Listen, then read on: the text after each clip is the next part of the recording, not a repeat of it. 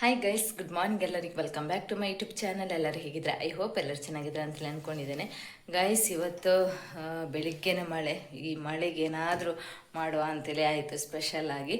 ಹಾಗೆ ಇವತ್ತು ನಿಮಗೆ ತಮ್ಮೇಲೆ ನೋಡುವಾಗಲೇ ಗೊತ್ತಾಗಿರ್ಬೋದು ಏನಂತೇಳಿ. ಹೌದು, ನಿನ್ನೆ ಹಸ್ಬೆಂಡ್ ಇದು ಸಿಗಡೆ ತಂದಿದ್ರು. ದೊಡ್ಡದಲ್ಲ, ಚಿಕ್ಕದೇ. ಸ್ವಲ್ಪ ಜಾಸ್ತಿ ತಂದಿದ್ರು, ಏನೋ ಕಡಿಮೆಗಿತ್ತೆ ಅಂತಂದ ಗೊತ್ತಿಲ್ಲ. ಅಷ್ಟು ಪದಾರ್ಥಕ್ಕೆ ಹಾಕಿದರೆ ಅದು ಮತ್ತೆ ಪದಾರ್ಥದಲ್ಲೇ ಉಳಿಯುತ್ತದೆ. ಹಾಗಾಗಿ ಸ್ವಲ್ಪ ನಾನು ಅದನ್ನು ತೆಗೆದಿಟ್ಟು ಇವತ್ತು ಬಿರಿಯಾನಿ ಮಾಡುವ, ಪ್ರಾನ್ಸ್ ಬಿರಿಯಾನಿ ಮಾಡುವ ಅಂತ ಎನಿಸಿದ್ದೇನೆ, ಸಿಗಡಿಯದ್ದು. ಹಾಗೆ ಸಿಂಪಲ್ಲಾಗಿ ನಾನು ಗೀ ಅದೆಲ್ಲ, ಮೊಸರು ಅದೆಲ್ಲ ತಿನ್ನೋದಿಲ್ಲ ನಾನು. ಅದು ತಿಂದರೆ ಅದು ಹಾಕಿ ಮಾಡಿದರೆ ನಾನು ತಿನ್ನೋದಿಲ್ಲ. ಹಾಗಾಗಿ ಸಿಂಪಲ್ಲಾಗಿ ಹಾಕೋದಾದರೆ ಹಾಕ್ಬೋದು ಸ್ವಲ್ಪ. ಬಟ್ ನಾನಿವತ್ತು ಸಿಂಪಲ್ಲಾಗಿ ಯಾವ ರೀತಿ ಮಾಡೋದು ಅಂತೇಳಿ, ನಾನು ಇದಕ್ಕಿಂತ ಮೊದಲು ಎರಡು ಸಲ ಮಾಡಿದ್ದೇನೆ. ಅದಕ್ಕೆ ಸ್ವಲ್ಪ ಮೊಸರೆಲ್ಲ ಹಾಕಿದ್ದೇನೆ. ಬಟ್ ಇವತ್ತು ಮೊಸರು ಹಾಕದೆ ಯಾವ ರೀತಿ ಮಾಡುವುದು ಅಂತೇಳಿ ಸಿಂಪಲ್ಲಾಗಿ ನಾನು ನಿಮ್ಮ ಜೊತೆ ಶೇರ್ ಮಾಡ್ತೇನೆ. ಈಗ ಜೋರಾದ ಮಳೆ ಕೂಡ ಹೊರಗಿಂದ ಬರ್ತಾ ಉಂಟು. ಆ ಮಳೆಗೆ ಇಲ್ಲಿ ಬಿರಿಯಾನಿ ರೆಡಿ ಮಾಡುವ. ಬನ್ನಿ ಗೈಸ್, ಯಾವ ರೀತಿ ಮಾಡೋದು, ನಾನು ಯಾವ ರೀತಿ ಮಾಡ್ತೇನೆ ಅಂತೇಳಿ ನಿಮ್ಮ ಜೊತೆ ಶೇರ್ ಮಾಡ್ತೇನೆ. ಬನ್ನಿ. ಜೋರಾಗಿ ಗಾಳಿ ಮಳೆ ಬರ್ತಾ ಉಂಟು. ತುಂಬ ಜೋರು ಅಂದರೆ ತುಂಬ ಜೋರಿತ್ತು ಗಾಳಿ ಮಳೆ. ಎಲ್ಲ ಕಸ ಎಲ್ಲ ಒಣ ಎಲೆ ಎಲ್ಲ ಅಂಗಳದಲ್ಲಿತ್ತು. ಅಷ್ಟು ಜೋರಾದ ಗಾಳಿ ಮಳೆ ಬರ್ತಾ ಇತ್ತು ಗೈಸ್. ಬೆಳಿಗ್ಗೆ ಈಗ ಎಷ್ಟು ಗಂಟೆ 10:30 ಕಳೆಯಿತು. ತುಂಬ ಒಳ್ಳೆ ಮೋಡ ಆಗಿತ್ತು, ಕತ್ತಲಾಗಿತ್ತು. ಹಾಗೆಯೇ ತುಂಬ ಜೋರಾದ ಗಾಳಿ ಮಳೆ ಬರ್ತಾ ಉಂಟು. ಇಷ್ಟು ಸಿಗಡಿ ಇದೆ ನೋಡಿ. ದೊಡ್ಡದು ಅಲ್ಲ, ಚಿಕ್ಕದು ಅಲ್ಲ, ಮೀಡಿಯಮ್ ಸೈಜ್ ಆಗಿ ಇದೆ. ಇದು ಬಿರಿಯಾನಿ ಮಾಡಲಿಕ್ಕೆ ಓಕೆ, ಪರವಾಗಿಲ್ಲ. ಚಿಕ್ಕದಂತೇಳಿ ಇಲ್ಲ ಅಲ್ಲ, ಹಾಗಾಗಿ ಒಳ್ಳೆಯದಾಗ್ತದೆ. ದೊಡ್ಡದು ಸಿಕ್ಕಿದರೆ ಇನ್ನೂ ಒಳ್ಳೆಯದು. ನಮ್ಮ ಬೆಕ್ಕಿಗೆ ಕೂಡ 4 ಮೀನು ಹಾಕಿದ್ದಾರೆ ಎಕ್ಸ್ಟ್ರಾ ನೋಡಿ. 4 ಮೀನು ಎಕ್ಸ್ಟ್ರಾ ನಮ್ಮ ಬೆಕ್ಕಿಗೆ, ಮತ್ತೆಲ್ಲ ಸಿಗಡಿ.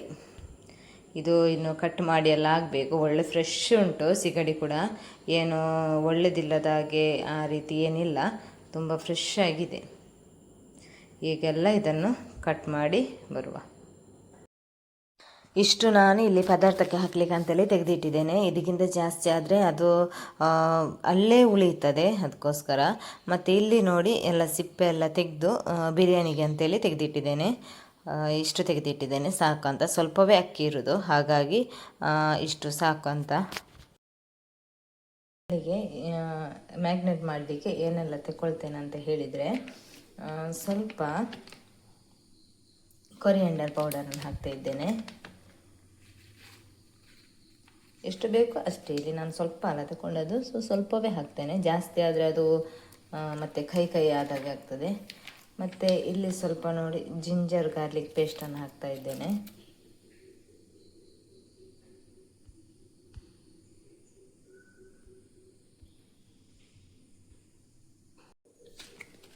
ಸ್ವಲ್ಪ ಜಿಂಜರ್ ಗಾರ್ಲಿಕ್ ಪೇಸ್ಟನ್ನು ಹಾಕ್ತಾ ಇದ್ದೇನೆ. ಸ್ವಲ್ಪ ಹಾಕೋದು, ಮತ್ತು ಜಾಸ್ತಿ ಆಗಿ ಬಿಡ್ತದೆ, ಯಾಕೆಂದರೆ ಸ್ವಲ್ಪ ಅಲ್ಲ ಸಿಗಡೆ ಇರೋದು. ಹಾಗೆ ಮತ್ತು ಇಲ್ಲಿ R4 ಅವರ ಚಿಲ್ಲಿ ಪೌಡರನ್ನು ಹಾಕ್ತಾ ಇದ್ದೇನೆ. ಸ್ವಲ್ಪ ನಿಮಗೆ ಎಷ್ಟು ಖಾರ ಬೇಕೋ ಅಷ್ಟು. ಕೆಲವರಿಗೆ ಖಾರ ಬೇಕಾಗ್ತದೆ, ಕೆಲವರಿಗೆ ಲೈಟ್ ಖಾರ, ಆ ರೀತಿ. ನಿಮಗೆ ಎಷ್ಟು ಸಾಕು, ಸ್ವಲ್ಪವೇ ಹಾಕಿದ್ದೇನೆ. ಈಗ ಇದಕ್ಕೆ ಇದು ಅರಿಶಿನ ಪೌಡರನ್ನು ಹಾಕುವ. ನೋಡಿ, ಇಷ್ಟನ್ನು ಹಾಕ್ತಾ ಇದ್ದೇನೆ. ಮತ್ತು ಸ್ವಲ್ಪ ಉಪ್ಪನ್ನು ಹಾಕುವ. ನೋಡಿ, ಎಷ್ಟು ಉಪ್ಪನ್ನು ಆ್ಯಡ್ ಮಾಡ್ತಾ ಇದ್ದೇನೆ. ಉಪ್ಪು ಜಿಂಜರ್ ಗಾರ್ಲಿಕಲ್ಲಿ ಕೂಡ ಇರ್ತದೆ, ಹಾಗೆ ನೋಡಿಕೊಂಡು ಮತ್ತೆ ನಾನು ಹಾಕ್ತೇನೆ. ಈಗ ಇದನ್ನು ಚೆನ್ನಾಗಿ ಮಿಕ್ಸ್ ಮಾಡುವ. ಸುಕ್ಕ ಅಂತ ಅನಿಸಿದರೆ ಸ್ವಲ್ಪ ನೀರು ಹಾಕಿಕೊಳ್ಳಿ. ಇದರ ನೀರು ಬಿಡ್ತದೆ, ಆದರೂ ಕೂಡ ಸ್ವಲ್ಪ ಮಸಾಲೆ ಥರ ಆಗಲಿಕ್ಕೆ. ನಾನಿಲ್ಲಿ ಸ್ವಲ್ಪ ನೀರನ್ನು ಆ್ಯಡ್ ಮಾಡ್ತೇನೆ ಗೈಸ್. ಜಾಸ್ತಿ ಹಾಕಿದರೆ ಅದು ಮತ್ತೆ ಜಾಸ್ತಿ ಆಗ್ತದೆ, ಅದು ಮಸಾಲೆ ಎಲ್ಲ ಅಂಟ್ಕೊಳ್ಳೋದಿಲ್ಲ. ಮಸಾಲೆ ಅಂಟುಕೊಳ್ಳುವಷ್ಟು ಹಾಕಿದರೆ ಸಾಕು. ಇವಾಗ ಇದು ಕರೆಕ್ಟ್ ಆಗಿದೆ, ಇಷ್ಟು ಸಾಕು. ಉಪ್ಪು ನೋಡ್ಕೊಳ್ಳಿ, ಕಮ್ಮಿ ಆದರೆ ಹಾಕ್ಕೊಳ್ಳಿ, ಇಲ್ಲಾಂದರೆ ಮತ್ತೆ ಅದು ಎಳ್ಕೊಳ್ಳೋದಿಲ್ಲ ನಾವು ಫ್ರೈ ಮಾಡುವಾಗ. ಅದಕ್ಕೆ ಈಗಲೇ ಹಾಕಿದರೆ ಸೆಟ್ಟಾಗಿ. ಇಲ್ಲಿ ನಾನು ನೀರಿಟ್ಟಿದ್ದೇನೆ ಅಕ್ಕಿಗೆ, ಚೆನ್ನಾಗಿ ಕುದಿ ಬರ್ತಾ ಉಂಟು ನೋಡಿ. ಅಕ್ಕಿ 2 ಗ್ಲಾಸ್ ಅಕ್ಕಿಯನ್ನು ತಗೊಂಡಿದ್ದೇನೆ, ಯಾಕೆಂದರೆ ಇದು ಸಿಗಡಿ ಸ್ವಲ್ಪ ಇರೋದಲ್ಲ. ಸೊ ಹಾಗಾಗಿ ನಾನಿಲ್ಲಿ ಇಂಡಿಯನ್ ಗೇಟ್ ಅಕ್ಕಿದು 2 ಗ್ಲಾಸ್ ಮಾತ್ರ ತಗೊಂಡಿದ್ದೇನೆ. ಮುಗೀತಲ್ಲಿಗೆ ಅಕ್ಕಿ ಕೂಡ. ಹಾಗೆ ಬತ್ತಿ 2 ಗ್ಲಾಸ್ ಉಳಿದಿತ್ತು. ಈಗ ಇದಕ್ಕೆ ಯಾವುದು ಕೂಡ ಎಂತ ಕೂಡ ಹಾಕಲಿಕ್ಕಿಲ್ಲ, ಇದು ಚೆನ್ನಾಗಿ ಕುದಿ ಬರಲಿ. ಇದಕ್ಕೆ ಸ್ವಲ್ಪ ಇದು ಕಾಯಿ ಮೆಣಸನ್ನು ಹಾಕ್ತಾ ಇದ್ದೇನೆ. ಆನಂತರ ಸ್ವಲ್ಪ ಕೊತ್ತಂಬರಿ ಸೊಪ್ಪು. ಇಲ್ಲಿ ಲಿಂಬೆ ರಸ ಇಲ್ಲದಿದ್ದರೆ ನಿಮಗೆ ವಿನಿಗರ್ ಕೂಡ ಯೂಸ್ ಮಾಡ್ಬೋದು. ನಾನಿಲ್ಲಿ ಸ್ವಲ್ಪ ವಿನಿಗರನ್ನು ಆ್ಯಡ್ ಮಾಡ್ತಾ ಇದ್ದೇನೆ ಹುಳಿಗೆ. ಎಷ್ಟು ಹುಳಿ ಬೇಕೋ ಅಷ್ಟು, ಅಂದರೆ ಅದು ಹುಳಿ ಇರ್ತದೆ, ಸ್ವಲ್ಪ ಹಾಕಿದರೂ ಸಾಕು. ಈಗ ಇದನ್ನು ಚೆನ್ನಾಗಿ ಮಿಕ್ಸ್ ಮಾಡುವ. ಈಗ ಚೆನ್ನಾಗಿ ಮಿಕ್ಸ್ ಮಾಡಿ 1/2 hour ಚೆನ್ನಾಗಿ ಇದು ಹೀರ್ಕೊಳ್ಳಿಕ್ಕೆ ಬಿಡುವ. ಫ್ರಿಜ್ಜಲ್ಲಿ ಇಡ್ಬೋದು, ಹೊರಗಡೆನೂ ಇಡ್ಬೋದು. ಇಲ್ಲಿ ಗೈಸ್ ಅನ್ನ ಬೇಯ್ತಾ ಬಂತು. ಫುಲ್ಲು ಬೇಯಲಿಕ್ಕೆ ಬಿಡಬಾರ್ದು, ಸ್ವಲ್ಪ ಇಡಬೇಕು, ಯಾಕೆಂದರೆ ಒಂದು ದಮ್ ತೆಗಿಲಿಕ್ಕೆ ಉಂಟು ಮತ್ತು ಅದರಲ್ಲಿ. ಅದಕ್ಕೋಸ್ಕರ ಇದು ಫುಲ್ಲು ಬೇಯಲಿಕ್ಕೆ ಬಿಡಬಾರ್ದು. ಈಗ ಬೇಯ್ತಾ ಬರ್ತದೆ, ಚೆನ್ನಾಗಿ ಬೇಯಲಿಲ್ಲ, 1/4 ಅಂಶ ಬೇಯಲಿ, ಮತ್ತು 1/4 ಅಂಶ ಬಿಡಬೇಕು. ಇಲ್ಲಿ ನಾನು ಆನಿಯನ್ ಫ್ರೈ ಮಾಡ್ತಾ ಇದ್ದೇನೆ. ಆನಿಯನ್ ಫ್ರೈ ಮಾಡಿದ ಎಣ್ಣೆಯಲ್ಲೇ ನಾವು ಸಿಗಡಿ ಕೂಡ ಫ್ರೈ ಮಾಡಬೇಕು ನೋಡಿ. ಆನಿಯನ್ ಫ್ರೈ ಮಾಡಿದ ಎಣ್ಣೆ ಇದೆ, ಅದಕ್ಕೆ ಮೊದಲೀಗ ಸಿಗಡಿಯನ್ನು ಜಸ್ಟ್ ನಾನು ಫ್ರೈ ಮಾಡಿ ತೆಗಿತೇನೆ. ಒಂದು ಸ್ವಲ್ಪ ಫ್ರೈಗೋಸ್ಕರ ಅಷ್ಟೇ, ಜಾಸ್ತಿ ಎಣ್ಣೆ ಹಾಕ್ತಾ ಇಲ್ಲ. ಅದು ಎಣ್ಣೆ ಹಾಕಿದರೆ ಮತ್ತು ಆ ಎಣ್ಣೆಯಲ್ಲೇ ಎಲ್ಲ ಮಸಾಲೆ ಹೋಗ್ತದೆ. ಅದಕ್ಕೋಸ್ಕರ ಸ್ವಲ್ಪ ಎಣ್ಣೆ ಹಾಕಬೇಕು, ಜಾಸ್ತಿ ಎಣ್ಣೆ ಹಾಕಬೇಡಿ. ಆನಿಯನ್ ಫ್ರೈ ಮಾಡಿದ ಎಣ್ಣೆ ಇದ್ದರೆ ಇನ್ನೂ ತುಂಬ ಒಳ್ಳೆಯದು. ಅದರ ಪರಿಮಳ, ಟೇಸ್ಟ್ ಎಲ್ಲ ಅದೆಲ್ಲ ಒಂಥರ ಬೇರೆಯೇ.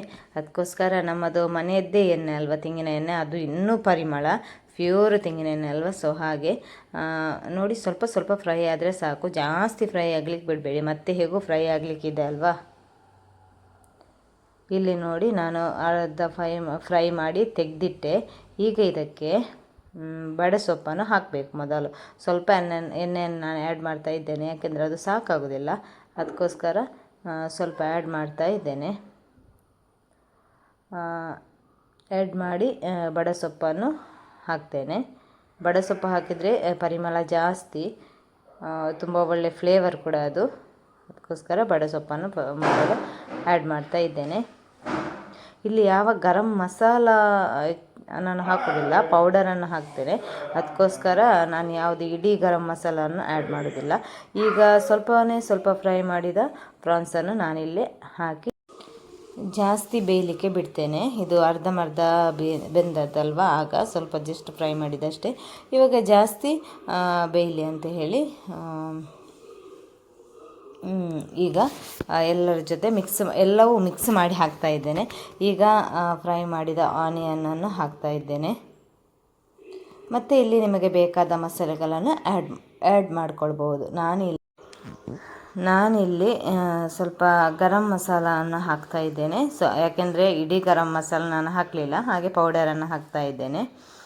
ಆನಂತರ ನಮಗೆಷ್ಟು ಬೇಕೋ ಅಷ್ಟು. ಆನಂತರ ಸ್ವಲ್ಪ ಬಿರಿಯಾನಿ ಮಸಾಲವನ್ನು ನಾನು ಇಲ್ಲಿ ಆ್ಯಡ್ ಮಾಡ್ತಾ ಇದ್ದೇನೆ, ಟೇಸ್ಟಿಗೋಸ್ಕರ ಮಾತ್ರ. ಅದರಲ್ಲೂ ಟೇಸ್ಟ್ ತುಂಬ ಒಳ್ಳೆಯದಾಗಿ ಬರ್ತದೆ. ಮತ್ತು ಇಲ್ಲಿ ನಾನು ಸ್ವಲ್ಪ ಇದು ಬೇಕಾದರೆ ಚಿಲ್ಲಿ ಪೌಡರನ್ನು ಆ್ಯಡ್ ಮಾಡ್ಕೊಳ್ಬೋದು, ಯಾಕೆಂದರೆ ಖಾರ ಸಾಕಾಗಲಿಲ್ಲದಿದ್ದರೆ ಆ್ಯಡ್ ಮಾಡ್ಕೊಳ್ಬೋದು. ಮತ್ತು ಇಲ್ಲಿ ನಾನು ಟೊಮೆಟೊವನ್ನು ಆ್ಯಡ್ ಮಾಡ್ತಾ ಇದ್ದೇನೆ. ಟೊಮೆಟೊ ಆಗಲೇ ಆ್ಯಡ್ ಮಾಡಬೇಕಿತ್ತು, ಬಟ್ ಈಗ ಮಾಡ್ತಾ ಇದ್ದೇನೆ. ಅದರಲ್ಲಿ ಇಟ್ಟದ್ದು ಮರ್ತೇ ಹೋಯಿತು. ಹಾಗೆ ಇವಾಗ ಟೊಮೆಟೊನ ಆ್ಯಡ್ ಮಾಡಿ ಬೇಕಾದರೆ ಸ್ವಲ್ಪ ನೀರು ಹಾಕಿ, ಇಲ್ಲದಿದ್ದರೆ ಅದು ಡ್ರೈ ಅನ್ನಿಸುತ್ತೆ. ಅದಕ್ಕೋಸ್ಕರ ಸ್ವಲ್ಪ ನೋಡಿ ನಾನಿಲ್ಲಿ ಸ್ವಲ್ಪ ನೀರನ್ನು ಹಾಕಿ ಇದು ಬೇಯಲಿಕ್ಕೆ ಬಿಡ್ತಾ ಇದ್ದೇನೆ.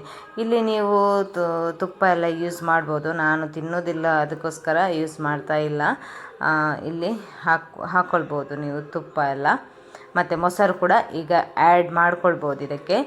ನಾನು ಮೊಸರನ್ನು ಕೂಡ ಆ್ಯಡ್ ಮಾಡ್ತಾ ಇಲ್ಲ. ಮೊಸರು ಹಾಕಿದರೆ ಗ್ರೇವಿ ಸ್ವಲ್ಪ ಜಾಸ್ತಿ ಆಗ್ತದೆ, ಇನ್ನು ತುಂಬ ಟೇಸ್ಟಾಗಿ ಆಗ್ತದೆ. ಸೊ ಮೊಸರು ಇಲ್ಲಿ ಹಾಕಬೇಕು, ಬಟ್ ನಾನು ಹಾಕೋದಿಲ್ಲ. ನೀವು ಮಾಡೋದಾದರೆ ಹಾಕ್ಕೋಬೋದು. ಇದೀಗ ಚೆನ್ನಾಗಿ ಬೇಯಲಿ. ಇಲ್ಲಿ ಒಂದು ಕಡೆ ಅನ್ನ ಕೂಡ ಆಯಿತು ನೋಡಿ, ಕರೆಕ್ಟಾಗಿ ಬೆಂದಿದೆ. ಈಗ ಇದು ಸ್ವಲ್ಪ ಡ್ರೈ ಆಗಲಿ ಅನ್ನ.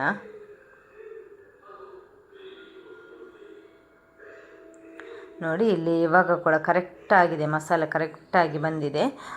ಈಗ ಇದಕ್ಕೆ ನಾವು ಅನ್ನವನ್ನು ಹಾಕ್ಕೋಬೋದು. ನೋಡಿ ಎಣ್ಣೆ ಎಲ್ಲ ಯಾವ ರೀತಿ ಬಿಟ್ಟು ಚೆನ್ನಾಗಿ ಬಂದಿದೆ ಅಂತ ಹೇಳಿದರೆ ಕರೆಕ್ಟ್ ಪರ್ಫೆಕ್ಟಾಗಿ ಬಂದಿದೆ. ಈಗ ಇದಕ್ಕೆ ನಾವು ಅನ್ನವನ್ನು ಆ್ಯಡ್ ಮಾಡ್ಬೋದು. ಇಲ್ಲಿ ನಾನು ಸ್ವಲ್ಪ ಪ್ರಾನ್ಸನ್ನು ನಾನು ತೆಗೆದಿಟ್ಟಿದ್ದೇನೆ ಮಿಡಲಿಗೆ ಹಾಕಲಿಕ್ಕೆ ಅಂತೇಳಿ. ನೋಡಿ ಈಗ ಫಸ್ಟ್ ರೌಂಡು ಮುಗಿಸುವ. ಫಸ್ಟ್ ರೌಂಡ್ ಹಾಕಿ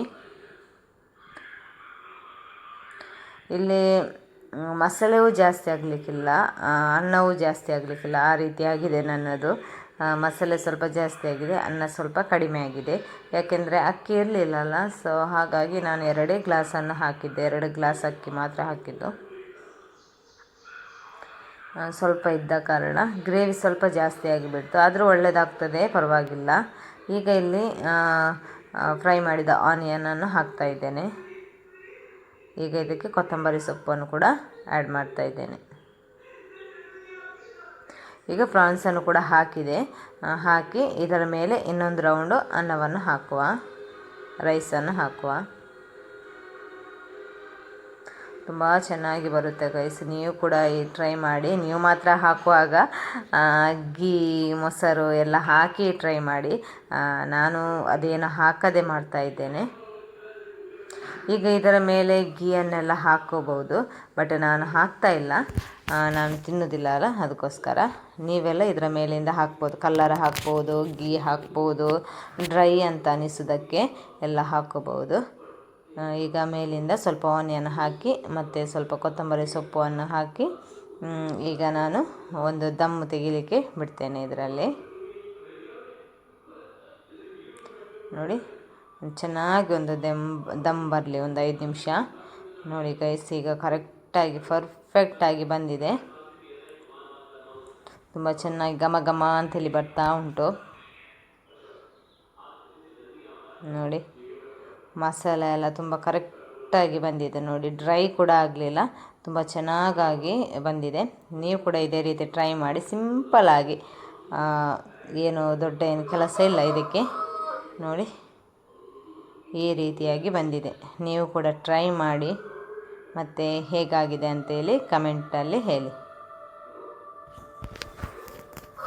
ಸಿಂಪಲ್ ಗೈಸ್, ಏನು ಟೆನ್ಷನ್ ಇಲ್ಲ, ಅರ್ಜೆಂಟ್ ಬೇಕಾದರೂ ಕೂಡ ಮಾಡ್ಕೋಬೋದು. ಫೈನಲಿ ಬಿರಿಯಾನಿ ರೆಡಿ ಆಯಿತು ಗೈಸ್. ನೀವು ನೋಡಿರ್ಬೇಡಿ, ತುಂಬ ಚೆನ್ನಾಗಿ ಬಂದಿದೆ. ನಾವು ಮೊಸರು ಹಾಕಲಿಲ್ಲ, ಗೀ ಹಾಕಲಿಲ್ಲಾದರೂ ಕೂಡ ತುಂಬ ಚೆನ್ನಾಗಿ ಬಂದಿದೆ. ಸ್ವಲ್ಪವೇ ಸ್ವಲ್ಪ ನಾನು ಮಾಡಿದ್ದು 2 ಗ್ಲಾಸ್ ಅಕ್ಕಿ ಹಾಕಿ ಮಾಡಿದ್ದು. ಅಕ್ಕಿ ಕೂಡ ಮುಗಿದಿದೆ, ಅಷ್ಟೇ ಇದ್ದದ್ದು. ಸೊ ಹಾಗಾಗಿ ತುಂಬ ಚೆನ್ನಾಗಿ ಆಗಿದೆ ಗೈಸ್. ನೀವು ಹಾಕುವಾಗ ಅದು ಮೊಸರು ಎಲ್ಲ ನಾನು ಎಲ್ಲಿ ಆ್ಯಡ್ ಮಾಡಬೇಕಂತ ಹೇಳಿದ್ದೇನಲ್ಲ, ಅಲ್ಲೆಲ್ಲ ಆ್ಯಡ್ ಮಾಡಿ. ನಾನು ಮಾತ್ರ ಆ್ಯಡ್ ಮಾಡಲಿಲ್ಲ, ತಿನ್ನೋದಿಲ್ಲ, ಅದಕ್ಕೋಸ್ಕರ. ಹಾಗೆ ನೀವು ಕೂಡ ಒಂದ್ಸಲ ಟ್ರೈ ಮಾಡಿ ಹೇಗೆ ಆಗಿದೆ ಅಂತೇಳಿ ಕಮೆಂಟಲ್ಲಿ ಹೇಳಿ. ಈ ವ್ಲಾಗನ್ನು ನಾನು ಇವತ್ತಿಗೆ ಇಲ್ಲಿಗೆ ಎಂಡ್ ಮಾಡ್ತಾ ಇದ್ದೇನೆ. ನಾಳೆ ವ್ಲಾಗ್ನೊಂದಿಗೆ ಸಿಗ್ತೇನೆ. Bye bye, take care.